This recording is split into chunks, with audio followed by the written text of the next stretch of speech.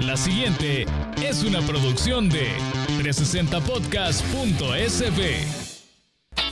Diana Verónica y Tony, la entrevista se sube todos los días a 360podcast.sb, el primer hub de podcast en El Salvador. O puedes volver a escucharla por Spotify, Google Podcast, Apple Podcast, Amazon Music o TuneIn.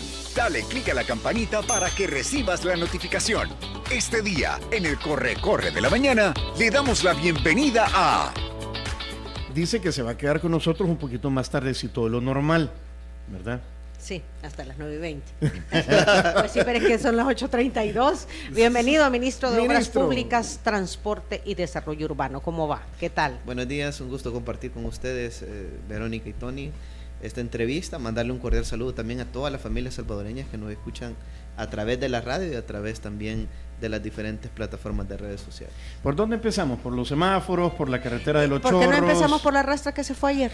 Ah, bueno, ¿cómo quedaron al fin con los horarios de las rastras después de aquel aparatoso y fatal accidente? Porque estaban en conversaciones y el ministerio que usted preside es el que se encarga de todo eso. Ajá, sí. Y hay reglamentación, pero no se hace cumplir, aparentemente, no se ha hecho cumplir, ministro. Y ayer tuvimos este accidente que también me pareció, bueno, ¿y cómo es que se va en medio de tanta curva? Sí, de una rastra se va al mar. Totalmente. Ajá. Comentarles un poco, ¿verdad? Normalmente los horarios de restricción de la carga son en los horarios de mayor flujo vehicular. Más o menos entre las 5 de la mañana hasta las 8:30, 9 de la mañana en algunos sitios, ¿verdad? Esto depende del sector donde se encuentre.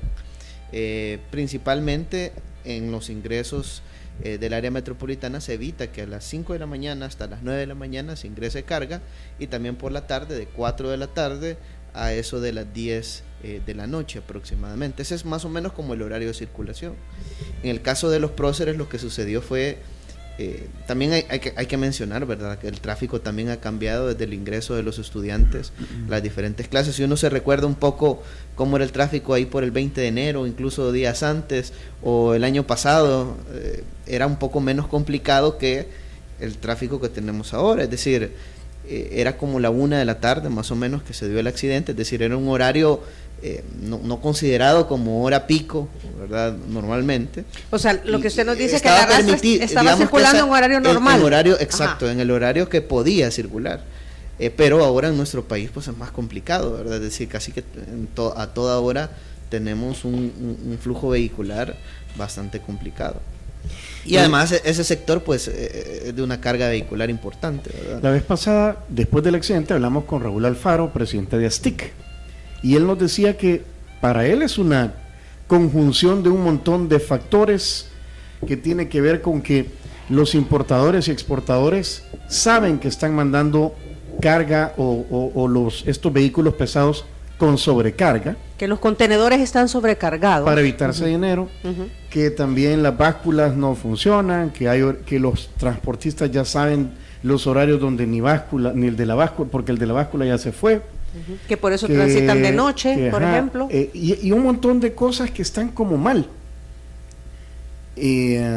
Mal estado de las unidades, o sea, muchas cosas generan estos accidentes. Sí, no, de acuerdo. Ahorita tal vez para comentar, digamos más o menos cómo está, y también hay otras medidas pues adicionales que nosotros vamos a tomar y otras que ya se están tomando en cuenta, ¿verdad? Por ejemplo, para las vacaciones no permitimos que este transporte de carga hasta el 9 de abril de este mes no podía circular desde las 5 de la mañana hasta las 10 de la noche en carretera del Puerto de la Libertad y tampoco en la carretera litoral.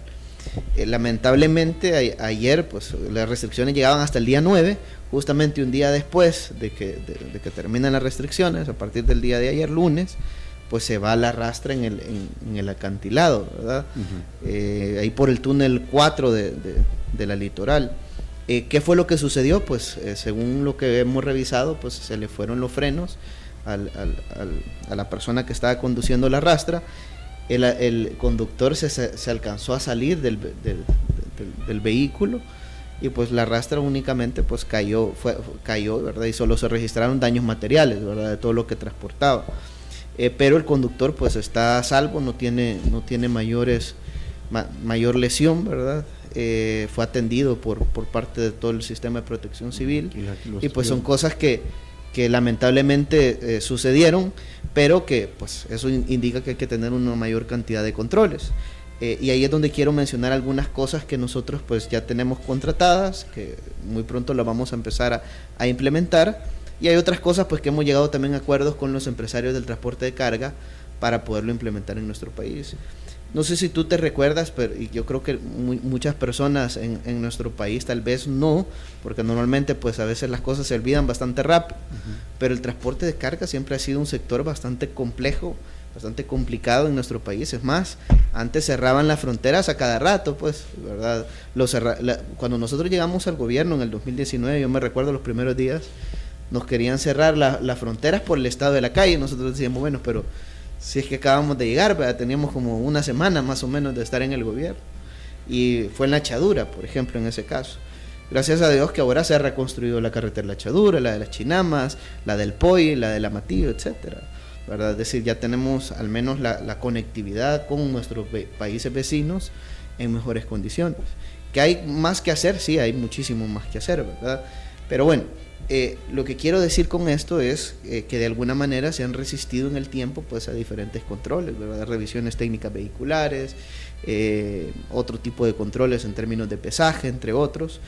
Y esto es lo que normalmente, pues así como en el transporte público, de igual manera en el transporte de carga ha hecho la situación un poco más compleja. Ahora bien, hemos llegado a acuerdos con los empresarios del transporte de carga para comenzar a implementar revisiones técnicas vehiculares en cada una de las unidades. Es más, nosotros hablábamos con ellos y ellos nos mencionaban que necesitaban al menos un mes para poder, con un mes de anticipación, para poder empezar ya con este tipo de implementación. Nosotros ahorita estamos terminando de revisar la parte administrativa. ¿Por qué? Porque junto con Sertracen pues se va a hacer una implementación en el hecho de que va a llegar un punto que si no se hace la revisión técnica vehicular en el transporte de carga, pues no se va a poder renovar o refrendar la tarjeta de circulación, ¿verdad?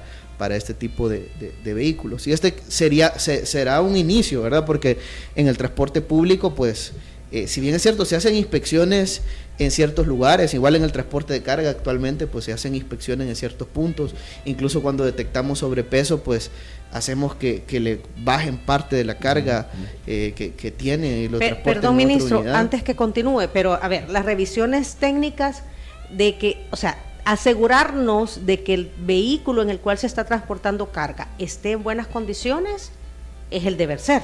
Así es. ¿Verdad? Y el empresario que brinde el servicio tiene la obligación de tenerlo en buenas condiciones. Ahora, ¿y esto cómo se garantiza hasta este momento? Dependemos de la buena fe del empresario de transporte, creer de que la unidad está en buen estado. Sí, nunca se implementaron las revisiones técnicas vehiculares, ¿verdad? En nuestro país, eso hay que mencionarlo. Es decir, digamos, si hay revisiones técnicas vehiculares, no era para el 100% de las unidades, sino que era únicamente de manera esporádica en ciertos sectores, ¿verdad? Y antes no era ninguna. Nosotros empezamos con implementación a través de diferentes puntos de control, y ahí pues se le revisan las llantas, se le revisan el estado del motor, entre otro tipo de cosas. Una revisión un poco más aleatoria. Exacto. Ajá. Aleatoria, ¿verdad? Entonces, pero ahora queremos hacer una revisión más formal al 100% de las unidades. Mencionar con el transporte de caña, ya se está implementando. De hecho, el 100% de las unidades del transporte que llevan caña de azúcar a diferentes partes de nuestro país, pues ya tienen revisiones técnicas vehiculares que han sido desarrolladas por parte del Viceministerio de Transporte. Pero ¿y la rastra de ayer no es cañera, pues? La rastra de ayer creo que no es cañera. Yo le veo contenedor, fíjate aquí en las imágenes. Tenía un contenedor. Okay. Ajá. Sí. Es que había leído en algún lugar que como que atraer cañera. No era cañera. Esto lo está garantizando, esta revisión la está garantizando el Ministerio de Obras Públicas. Esta la está, exacto, el Ministerio de Obras Públicas, directamente, ¿verdad? Entonces, al menos con esta parte del transporte de carga, digamos, ya se inició. Ahora vamos con el resto, ¿verdad? Con todos aquellos que transportan materias primas y otro tipo de productos a diferentes partes de nuestro país.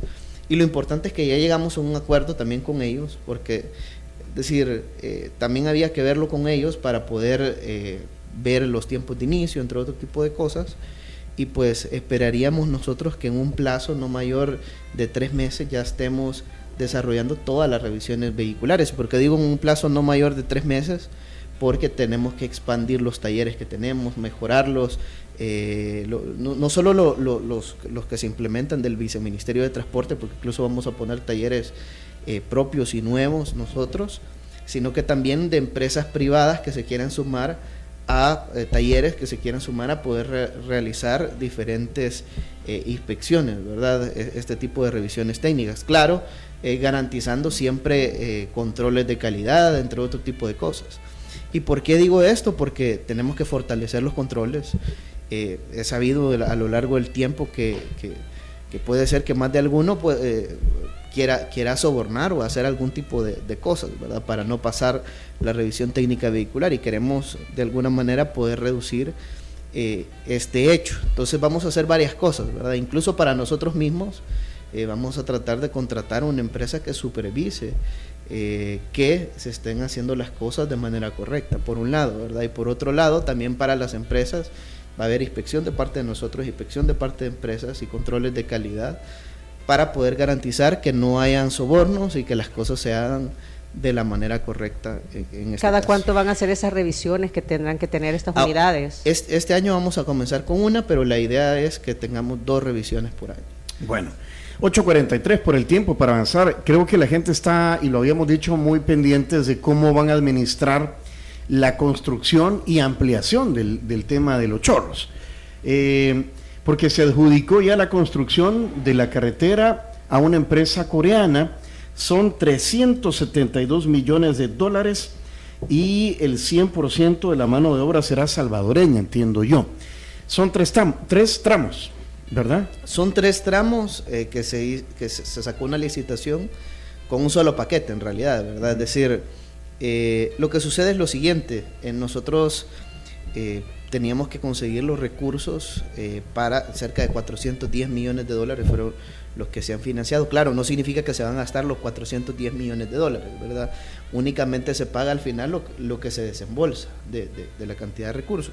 Pero normalmente los bancos pues te tienen que financiar un monto mayor, porque en el tiempo la inflación o cualquier tipo de cambios que pueden haber en algún proyecto, entonces tienen que tener al menos imprevistos por cualquier... Un margen de maniobra. Exacto, exacto. Y las entidades bancarias pues necesitan garantizar que la obra esté completa y finalizada, ¿verdad? Para poder prestar los recursos.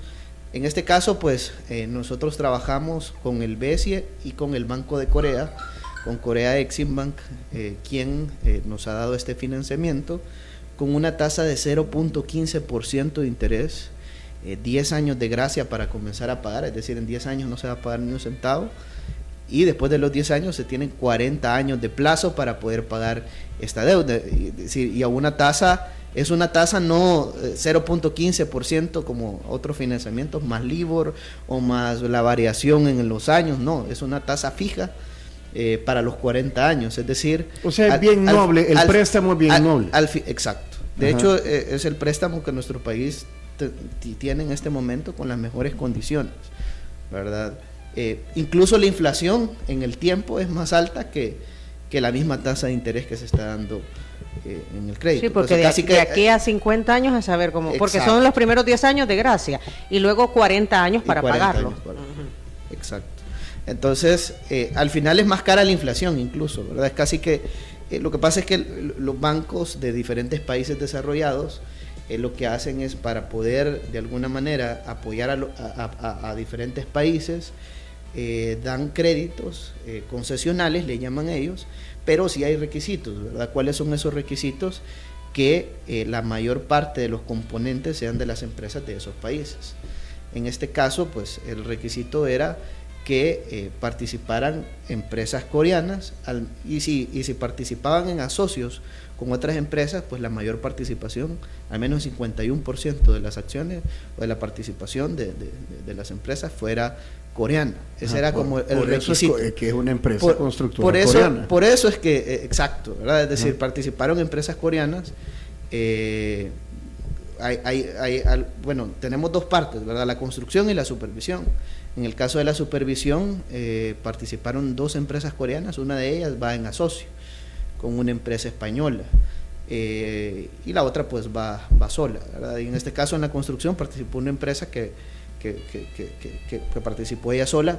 Hemos dado todos los tiempos necesarios, la verdad que incluso en algún momento yo hubiera querido hasta adjudicarlo lo antes posible, porque sabemos que es un proyecto que urge para todas las familias salvadoreñas, y muchos decían, bueno, y solo es un render, no se va a desarrollar, etcétera, etcétera.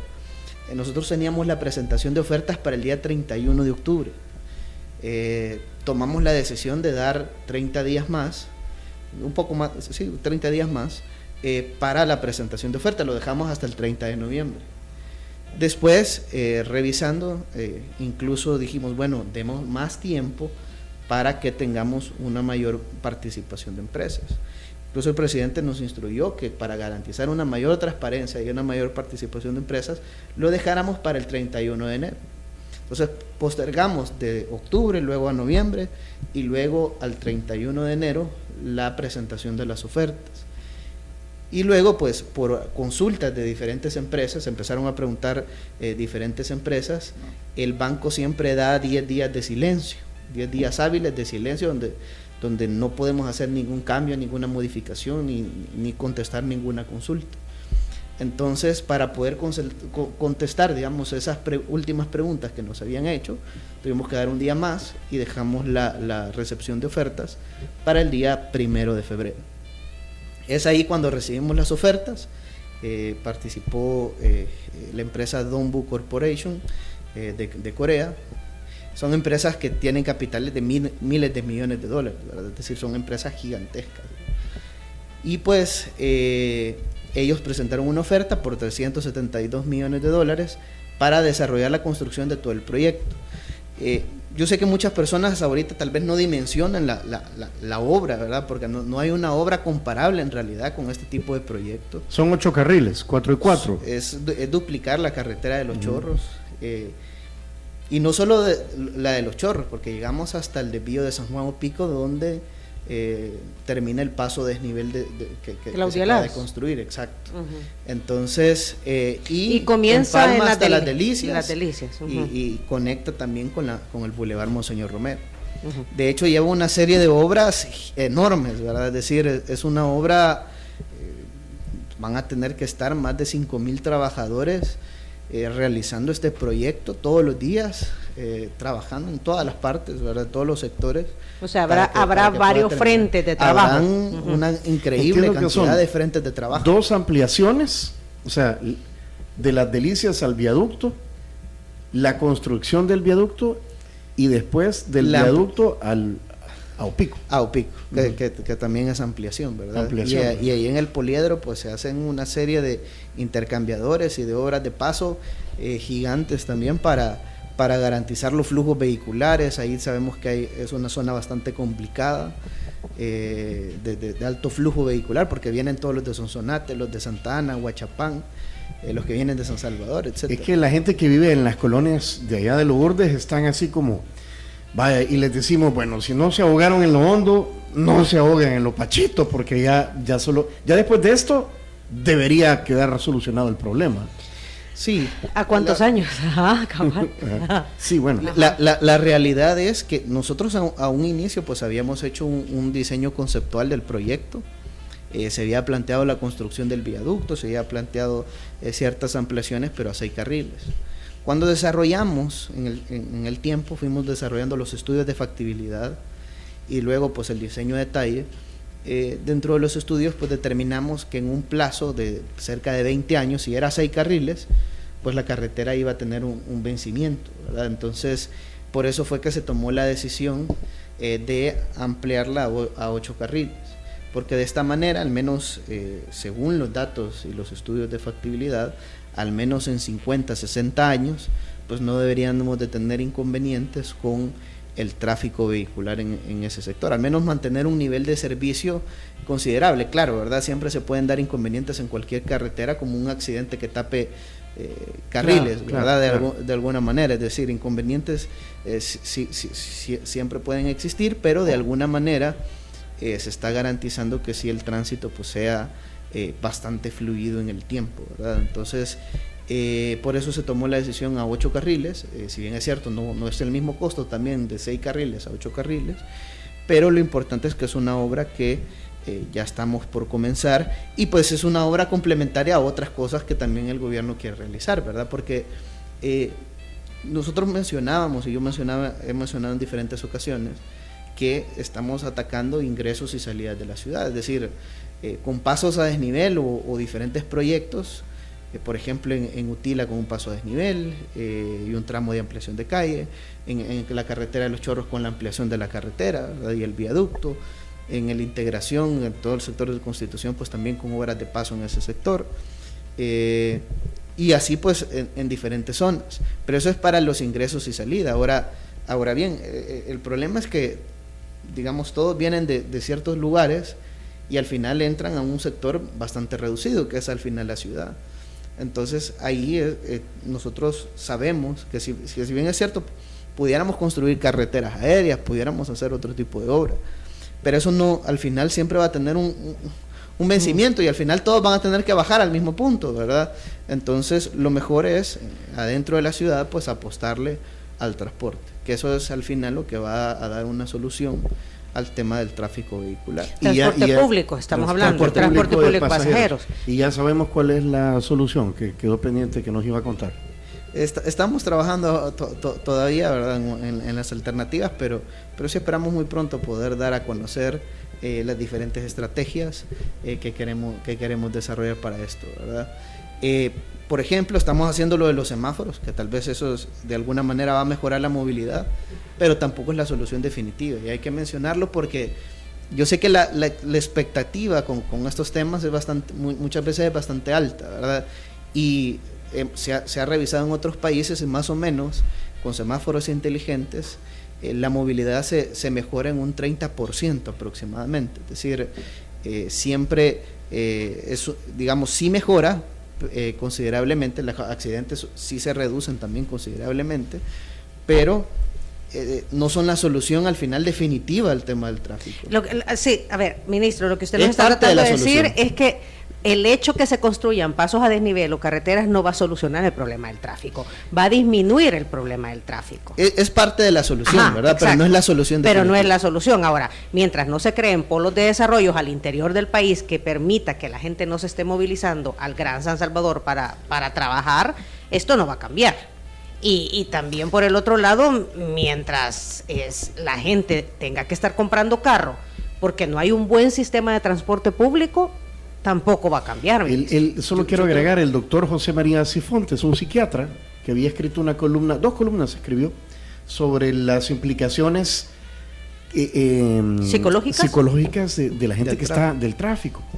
Decía que una de las soluciones es una permuta, que un ministro o que el Consejo de Ministros dé la orden para que en todo el sistema de gobierno los que trabajen en los urdes, o sea, que la gente trabaje donde vive, que la gente, o sea, movilizar a los trabajadores del gobierno para que acercarlos a la dependencia más cercana a su vivienda. No sé si él hablaba, por ejemplo, es una solución. Los trabajadores de salud, decía él, ¿verdad? O sea, una enfermera que vive en la Unión debería de trabajar en el sistema de salud de la Unión. O de San Miguel, vaya. Ajá, o a lo mucho de la zona oriental del país, pero no. Que es también podría ser parte de la solución.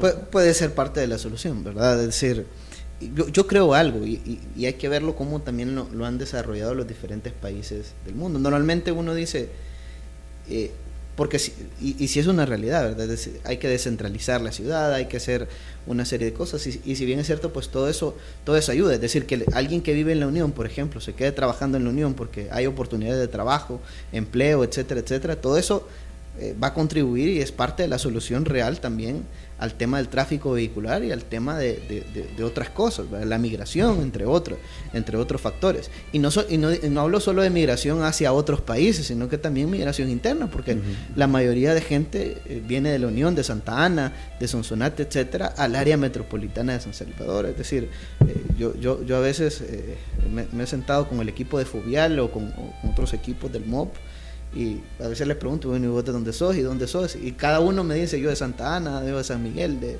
decir, cada uno, y uno se va dando cuenta, todas las personas vienen de diferentes partes, ¿verdad? ¿Y por qué vienen al área metropolitana? Porque aquí es donde hay más oportunidades de empleo que en otros países, históricamente, que en otras partes, del país. De San Salvador. Del Salvador. Del Salvador. Entonces, es una realidad. Ahora bien, también hay un tema, ¿verdad? Y es que en la parte de vivienda y desarrollo urbano, pues también hay que apostarle al tema de construir de manera vertical, ¿verdad? Es decir, de alguna manera, si bien es cierto, hay empresas que están construyendo en nuestro país, pero pues digamos el costo, digamos. Pues sí, pero no son viviendas de acceso para las grandes mayorías. Exacto. Entonces no resuelven. El tema de invertir en la parte de vivienda, pero que sea de interés social, creo que es importante porque de alguna manera, es decir, si movemos, por ejemplo, el centro de gobierno a otro punto, igual la gente se va a tener que mover al otro punto y va a venir de otro lugar hacia ese lugar, y al final siempre vamos a tener un movimiento de bastantes kilómetros. Yo he revisado otros países, por ejemplo, en Barcelona, en España, de acuerdo a estadísticas, la gente ahí recorre cerca de 15 kilómetros en promedio.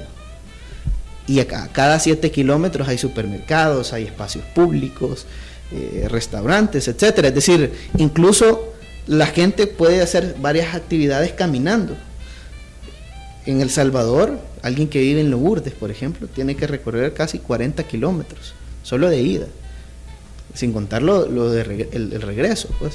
Entonces, es decir, tenemos mucha gente que vive tan lejos y tiene que movilizarse y desplazarse hacia el área metropolitana de San Salvador a llegar al mismo punto. Si la gente estuviera un poco más cerca, pudiera utilizar otros mecanismos de transporte, movilizarse de otra forma, claro, ¿verdad?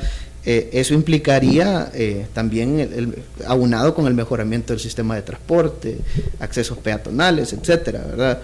Pero si todo estuviera más cerca, pues hubiera más facilidad para la gente en lugar de moverse en su vehículo particular, ¿verdad? Pues sí, se podría hacer más recorridos. O en el transporte público, ¿verdad? Mire, volviendo al tema, aquí están preguntando, Vladimir Lobato dice, él está en Calgary, en Canadá, muchas felicidades por la construcción de la carretera. ¿Han considerado controlar y mejorar la planificación de nuevos proyectos de vivienda en esa zona? Es que hay que decir, ¿verdad?, que en Lourdes hay un desarrollo de colonias considerable, y eso ha hecho también que el tráfico aumente. Sí, que el tráfico aumente. Exacto. Son ciudades dormitorio. Sí, son ciudades dormitorio. Y así como se convirtió Soyapango también, pues, ¿verdad?, en una ciudad dormitorio. Así como Soyapango, así como Apopa, así como diferentes sectores, ¿verdad? Que Saltepec se está convirtiendo. O Pico, toda esta zona, todo ¿verdad? ese sector.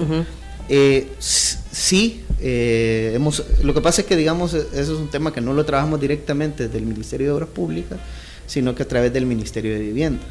Por ejemplo, en la parte de Zacacoyo, en todo el sector de Zacacoyo, recientemente se aprobó en la Asamblea Legislativa, antes de salir de vacaciones, un decreto para poder garantizar que todo ese sector, pues no hayan construcciones habitacionales, es decir, que ese sector pueda seguir siendo utilizado, porque es un sector altamente agrícola, para el tema agrícola. ¿Por qué? Porque se construyó un bypass, que es el Claudia Lars, y al final si lo llenamos de espacios habitacionales, después ya no va a ser un bypass, pues, es decir, va a ser así como cualquier carretera donde diferentes personas viven, y va a reducir, pues, el tráfico, el tránsito vehicular de la población. Claro, ¿verdad? Hay otras regulaciones que se quieren hacer también en toda esta parte donde se va a construir la carretera, ¿verdad? Para poder evitar este tipo de cosas. Ahora bien, lo que mencionaba, y creo que eso sí es lo más importante, es decir, garantizar también espacios de interés social en el área metropolitana, ¿verdad? Que creo que eso es algo muy, muy importante para la reducción del tráfico vehicular mismo en diferentes sectores. ¿Por qué? Porque muchas personas pues están demasiado lejos y tienen que recorrer varios kilómetros para poder llegar a un punto. Claro, digamos, esa solución también depende del mejoramiento del transporte, ¿verdad? Porque, es decir, si toda la gente está más cerca, pero si al final todos vamos a usar nuestro carro, al final se va a llenar de carros otra vez. Vamos a decir, si bien es cierto, todo está más cerca, los recorridos son menores, pero nadie va a poder, digamos, movilizarse tan rápido, ¿verdad? Entonces, tiene que estar aunado siempre con la mejora del transporte público. ¿En cuánto tiempo creen ustedes que, porque vaya, vamos a revisar los tramos de ampliación y de viaducto? La ampliación primera es de Las Delicias hasta Los Chorros. Esa solo es carretera, ministro. Es que esos 3 tramos significan algo, ¿verdad? El primer, como mencionaba Tony, el primer tramo va de Las Delicias, que es la entrada de Santa Tecla, hasta el Turicentro Los Chorros. Ahí es ampliación. Pero ahí es ampliación, son 8 carriles. Ahí se va a ampliar a 8 carriles. 8 carriles. Ajá. Luego, el segundo tramo, siempre de 8 carriles, inicia en el Turicentro y termina en La Pedrera. Así es. Pero ahí también va el viaducto. Es el viaducto. Ahí es el viaducto. El viaducto. Ese tramo es solo el viaducto. Ajá, o Que sea es la que- parte peligrosona, ¿verdad? De Que es los la parte derrumbes. más... Exacto. Ajá. Y allí básicamente los carriles van a pasar al viaducto o se van a dejar unos en tierra firme por Pasan el viaducto. Ajá. Pasan el viaducto. Ok. Y desde La Pedrera hasta San Juan Opico es otra vez ampliación. Ampliación. Ampliación. ¿Cuánto tiempo va a Y lleva tomar? una serie de obras de paso en el camino, ¿verdad? Retornos, entre otro tipo, incorporaciones, porque es una calle de 4 carriles, no pueden ser retornos como los que normalmente pues vemos en carreteras, no lleva redondeles, sino que solo lleva una serie de obras elevadas para poder evitar accidentes, ¿verdad? Porque en una calle de 4 carriles y que terminen en un redondel, primero que podemos generar embudos, Sí. Y segundo pues que también accidentes. Algo como las salidas de la Monseñor Romero pueden ser. Exacto. Ya que mencionó redondeles, ¿es cierto que van a poner semáforos en redondeles? Estamos analizando, ¿verdad? Estamos analizando, pero sí hay una posibilidad en algunos casos. Lo que sucede es que hay muchas personas que a veces no saben Circundar un redondel. Exacto. Entonces, vamos a verlo, claro, ¿verdad? Vamos a hacer una prueba piloto. Estamos analizando de ver dónde la vamos a desarrollar, pero con semáforos inteligentes. Es decir, eso significa que a pesar que, porque muchas personas a veces se preocupan porque a veces van a hacer el tráfico más complicado, ¿verdad? De hecho, ya hay, entre comillas, semáforos humanos en algunas horas del día porque los gestores paran el redondel. Porque los gestores paran el redondel. Ajá. Sí, exacto. Es más que todo hacer justamente esa función, ¿verdad? Que garantizar donde haya una mayor afluencia vehicular, una mayor cantidad de tiempo para la incorporación al redondel y generar reducción. Fluidez. ¿verdad? Sí, como en el paso multinivel Naciones Unidas, por ejemplo, que en la mañanita están los gestores de tráfico. Exacto. En algún momento paran el tráfico en el redondel. Así es. Ajá. Ahora va a ser el semáforo para garantizar y va a dejar más tiempo para que pasen donde haya una mayor afluencia vehicular. Ok. Regresando al tema En de la los- mañana va de un sentido y en la tarde va en el otro el sentido. sentido contrario. Regresando al tema de los chorros, ministro, está lo que se anunció es la adjudicación de la obra. Ya La usted, adjudicación. ¿verdad? Ya usted explicó que un banco de Corea es el que está dando el préstamo. Una parte, ¿y el BESI qué tiene que ver? Está dando otra el BESI parte. estaba dando otra parte del financiamiento, ¿verdad? En menor proporción, pero sí ellos también están apoyando el financiamiento. Ok, porque son 410 millones del Banco de Corea.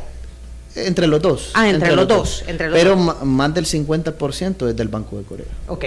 Y el compromiso, pues, como usted lo mencionaba, es que se contraten empresas coreanas, lo cual no es nuevo en nuestro país también, Sí, ¿verdad? o una participación en un asocio de al menos un 51%. ¿verdad? Ajá. Ese era como parte del requisito, es decir, sí podían entrar empresas salvadoreñas asociadas, ¿verdad?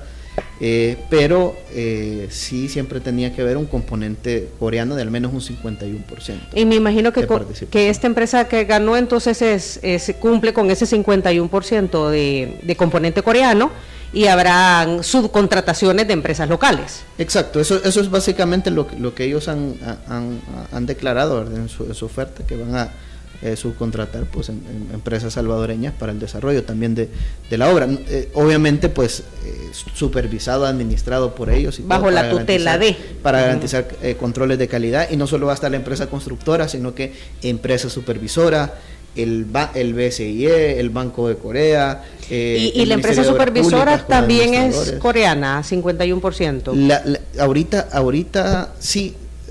Hay 2 empresas que están participando, todavía no se ha adjudicado esa parte, estamos ya por la última etapa de la supervisión. Son 2 empresas, una es un consorcio entre una empresa coreana y una empresa española, el 51% de participación es de la empresa coreana y el 49% pues es de la empresa española. Y la otra pues es una empresa coreana que está participando sola, ¿verdad? Entonces, ahorita lo que pasa es que en la supervisión el banco nos pedía 2 etapas de evaluación.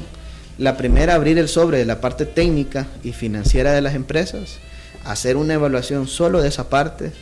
Ellos tenían que darnos una objeción para poder pasar a la siguiente etapa, que era la apertura ya de la oferta económica de las empresas.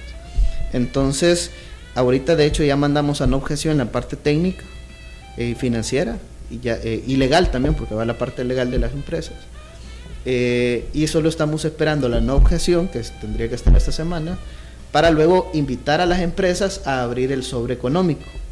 Luego que abramos el sobre económico, como las 2 pasan, ¿verdad? Ahí vamos a ver quién tiene el mejor precio, ¿verdad? De las 2 empresas. ¿Y cuándo se empieza? Las 2 empresas cumplen, ¿verdad? Y por eso han llegado a esa etapa. Ministro, ¿cuándo se piensa comenzar los trabajos de intervención en la zona? Nosotros el día jueves vamos a tener una reunión con la empresa, pero la idea es que pues a finales de este mes empiece a trasladar la mayor cantidad de máquinas, equipos, y por tarde pues que el próximo mes ya empecemos con algunas actividades, ¿verdad? Claro, como es una obra gigantesca, ¿verdad? Digamos ya los trabajos masivos como tal van a estar a mediados de año. No significa que antes no se empieza, ¿verdad? Sí se van a empezar con actividades, pero normalmente pues las empresas empiezan con topografía, algunas excavaciones, algunas actividades preliminares. Se comienza a ver movimiento en la zona. Exacto, empiezan a trabajar con algunas máquinas, pero digamos ya de manera masiva en todos los sectores, pues considero que a mediados de año. Pero eso sucede en todas las obras, es decir, muchas veces las personas no se percatan. Lo mismo pasó en Utila, lo mismo pasó, es decir, en todos los lugares se empiezan con algunas actividades que digamos tienen una menor visibilidad, pero posteriormente pues ya vienen las obras. 5,000 trabajadores trabajando al día y noche. Así es, va a ser trabajo 24 horas, es decir, van a haber varias jornadas de trabajo hasta la madrugada. Ministro, le tengo que hacer la pregunta porque no ha pasado en este gobierno, pero sí en gobiernos anteriores, donde ya empresas de otros países desaparecieron. Me acuerdo, Astaldi se llamaba uno, ¿no? Sí.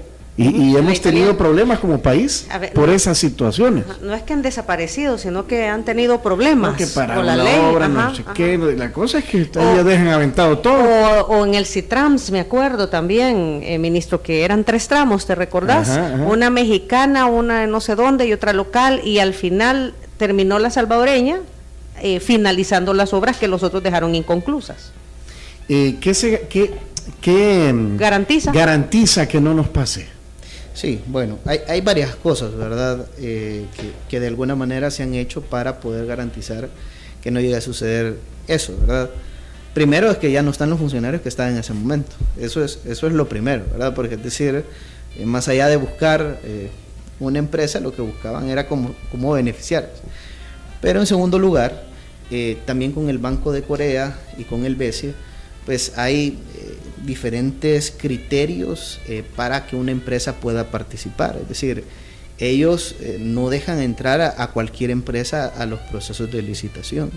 ¿Por qué digo esto? Porque tienen un área donde revisan una serie de cosas, historial, experiencia en diferentes lugares, y si la empresa pues no tiene experiencia o no tiene la experiencia suficiente, pues ellos mismos las descartan con los criterios de evaluación. Entonces, porque en el caso de la supervisión, por ejemplo, hicimos primero una muestra de interés de las diferentes empresas, hicimos como una precalificación prácticamente, y digamos ahí se iban seleccionando las empresas que podían pasar a la siguiente etapa. Y esto es de acuerdo a los criterios del Banco de Corea, de acuerdo al BESIE y de acuerdo pues a criterios técnicos de cumplimiento del mismo proyecto, porque no podía entrar cualquier empresa.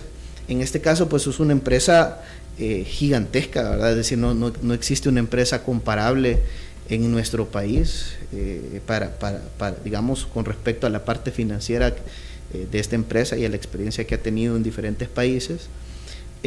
Por un lado, y por otro lado, pues también en los proyectos nosotros pedimos fianzas, ¿verdad? Fianzas de cumplimiento de contrato, fianzas de cumplimiento de garantías de anticipos y de garantía de ofertas. Es decir, por ejemplo, la empresa ahorita que ya está adjudicada no puede decir, no, mire, fíjese que me equivoqué, ¿verdad? Y el precio es mayor, y ya no quiero participar. ¿Por qué? Porque al final se le ejecuta la garantía de cumplimiento de oferta. Ahorita, ¿qué etapa va? La etapa de la firma de contrato. Entonces, luego de firmado el contrato, al firmar el contrato ellos presentan una fianza de garantía de cumplimiento de ese contrato. Si ellos no cumplen con la obra, al final igual el gobierno puede ejecutar esa fianza.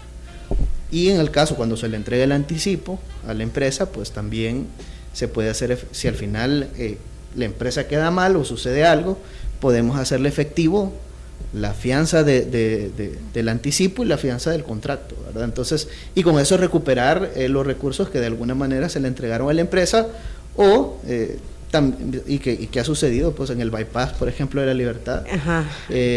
Y me acordé de la Monseñor Romero, con todo esto que usted está describiendo, también me acordé de la Monseñor Romero, que en momentos Diego de Holguín, en aquel momento Diego de Holguín, que estuvo parada precisamente por situaciones como esa, ¿verdad? Mientras se hacía efectiva la fianza, etcétera, etcétera. Sí, ahora bien, ¿verdad? Lo que sí está garantizado es que, digamos, en diferentes países estas empresas pues han tenido experiencias buenas, ¿verdad?, para el desarrollo de proyectos. ¿Qué pasa si una empresa queda mal en Corea? Pues vienen ellos y la inhabilitan para que puedan participar en todos los países del mundo, y no solo en todos los países del mundo, sino que en su propio país. Es decir, a una empresa, digamos, gigante como la que está participando en este momento. ¿Cómo es? Dongbu. Más o menos, yo digo que lo pronuncio más o menos, ¿verdad? Pero ellos lo pronunciarán mejor. Exim Bank es el Banco de Corea. Así es. Ajá, ok.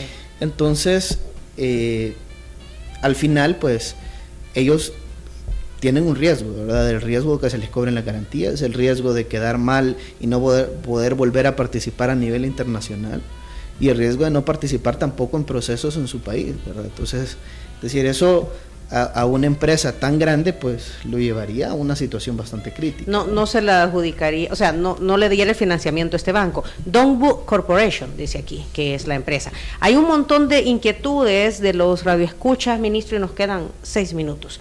Que si van a intervenir, hoy que van a intervenir la carretera Los Chorros, ¿qué va a pasar con las casas que están en las orillas? Sí, bueno, nosotros ahorita de los derechos de vía ya tenemos el 70%. Más o menos, ¿verdad? Eso ya, de acuerdo al proceso que nosotros vamos haciendo de compras. Pero el resto, pues estamos también ya en el proceso de adquisición. Lo que sucede es que a todas las personas, ¿verdad?, que digamos vamos a tener que adquirir alguna parcela o algún terreno, ya se les notificó, ¿verdad? Es decir, al 100% de las personas en la carretera de Los Chorros, en las cuales pues tenemos que adquirir un terreno o tenemos que hacer algún reasentamiento, porque hay una parte pequeña de reasentamientos que hay que realizar. O sea, familias que hay que reubicar. ¿verdad? En la zona. Exacto, en la zona. Entonces, todos están informados, ¿verdad? Y pues la gente en general pues ha estado de acuerdo, no tenemos ningún problema, ¿verdad?, con esto, y pues no consideramos que vayamos a tener inconvenientes. ¿Y los costos de reubicación los asume el gobierno? Esa es contrapartida del gobierno. Ajá, o sea, las familias que tienen que ser reubicadas por este proyecto no incurren en gastos. No incurren ningún gasto. Okay. Quiero felicitar al ministro por las grúas gratuitas en vacaciones. Yo hice uso de ella, dice, en un problema mecánico del carro. Como MOP te asiste. MOP te asiste. Que Sí. funcionó hasta ayer, ¿verdad? Hasta ayer, sí, la población pues tenía que llamar al 2510-0199 y nosotros estamos dando servicio totalmente gratis si se le pincha una llanta, si se queda sin combustible o desperfectos mecánicos. O en el peor de los casos, accidentes, estuvimos brindando este servicio de asistencia. ¿Hay planes de hacer un paso a desnivel en Izalco? Carretera Sonsonate. En Izalco el problema es el ingreso, ¿verdad? Hacia ese sector.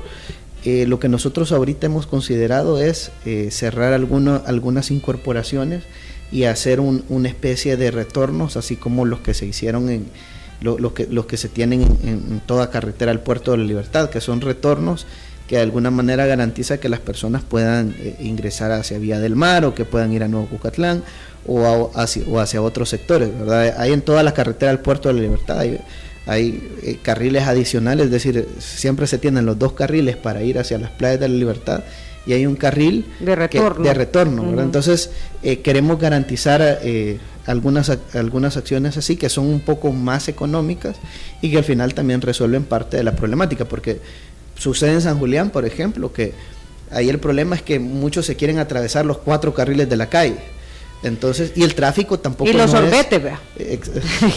Y la parada técnica. Y el tráfico tampoco es tan complejo, ¿verdad? No es tan complicado. Pero mire, ministro, el problema es que van como que a traer herencia. Pero para el puerto hay habitantes que han quitado unos tramitos de los separadores. Por adelante de la venta de madera y allá por la Papaturro. Vamos a revisar eso. Sí. No, pero es que ahí en el Papaturro, compañero, todos los días hay accidentes y ahí los mismos se encargan de estar quitando. No, pero no lo han quitado.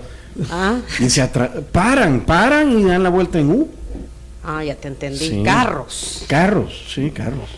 Lo guarde. Sí. Vamos a verificar eso porque es un giro no permitido que puede generar accidentes. Entonces, pero lo que quiero decir es, por ejemplo, en San Julián, en Izalco, en otros sectores, pues lo que hay que hacer es cerrar esa incorporación y habilitar un retorno. Claro, eso conlleva así una obra que hay que ejecutar, pero es una obra que más o menos nosotros hemos estimado en costos de $300,000, $600,000 aproximadamente. Es más la adquisición del terreno, diferente a un paso a desnivel que tendríamos que gastar 6 millones, 7 millones de dólares. Preguntan aquí a dónde van a ubicar a la gestora del tráfico, Diana Verónica Ramos, con su pito amarillo del MOP. Sí, ya tengo el pito, me falta el chaleco. Sería bueno colocar un semáforo al final de la Quinta Avenida Sur en Santa Tecla y la incorporación al Boulevard Sur, dice aquí el número 4980, ministro, no sé si sabe de esa zona. En el Boulevard Sur, vamos a verificar. Quinta Avenida Sur, dice, e incorporación al Boulevard Sur. Ok. Vamos a verificar. El Puerto de la Unión, ¿y qué fin tuvo el puerto? No, pero eso es CEPA, ¿verdad? Eso depende de CEPA. Sí. Y la gente pregunta, ministro, gracias, son las 9:18, 9:19, ¿verdad? Tenemos que terminar. Gracias por la visita, por responder a nuestras preguntas, como siempre. Y pendientes, ¿verdad? No, gracias a ustedes por la invitación. A ver cuándo arranca la obra de los chorros, más o menos. Yo creería que por tarde en mayo. Por ¿El otro mes?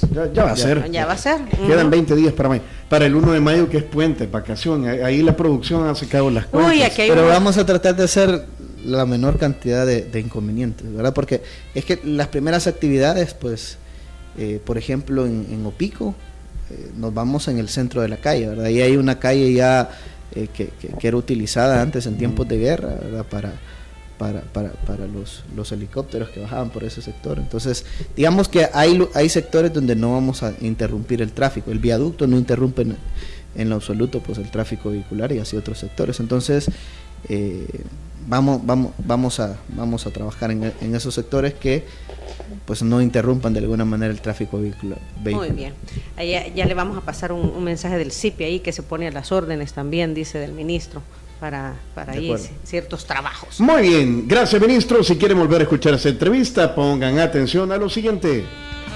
Si quieres volver a escuchar esta entrevista, ingresa a 360podcast.sb, el primer hub de podcasteros salvadoreños. Sigue a Diana Verónica y Tony la entrevista en Spotify, Google Podcast, Apple Podcast, Amazon Music o TuneIn. Esta fue una producción de 360podcast.sb.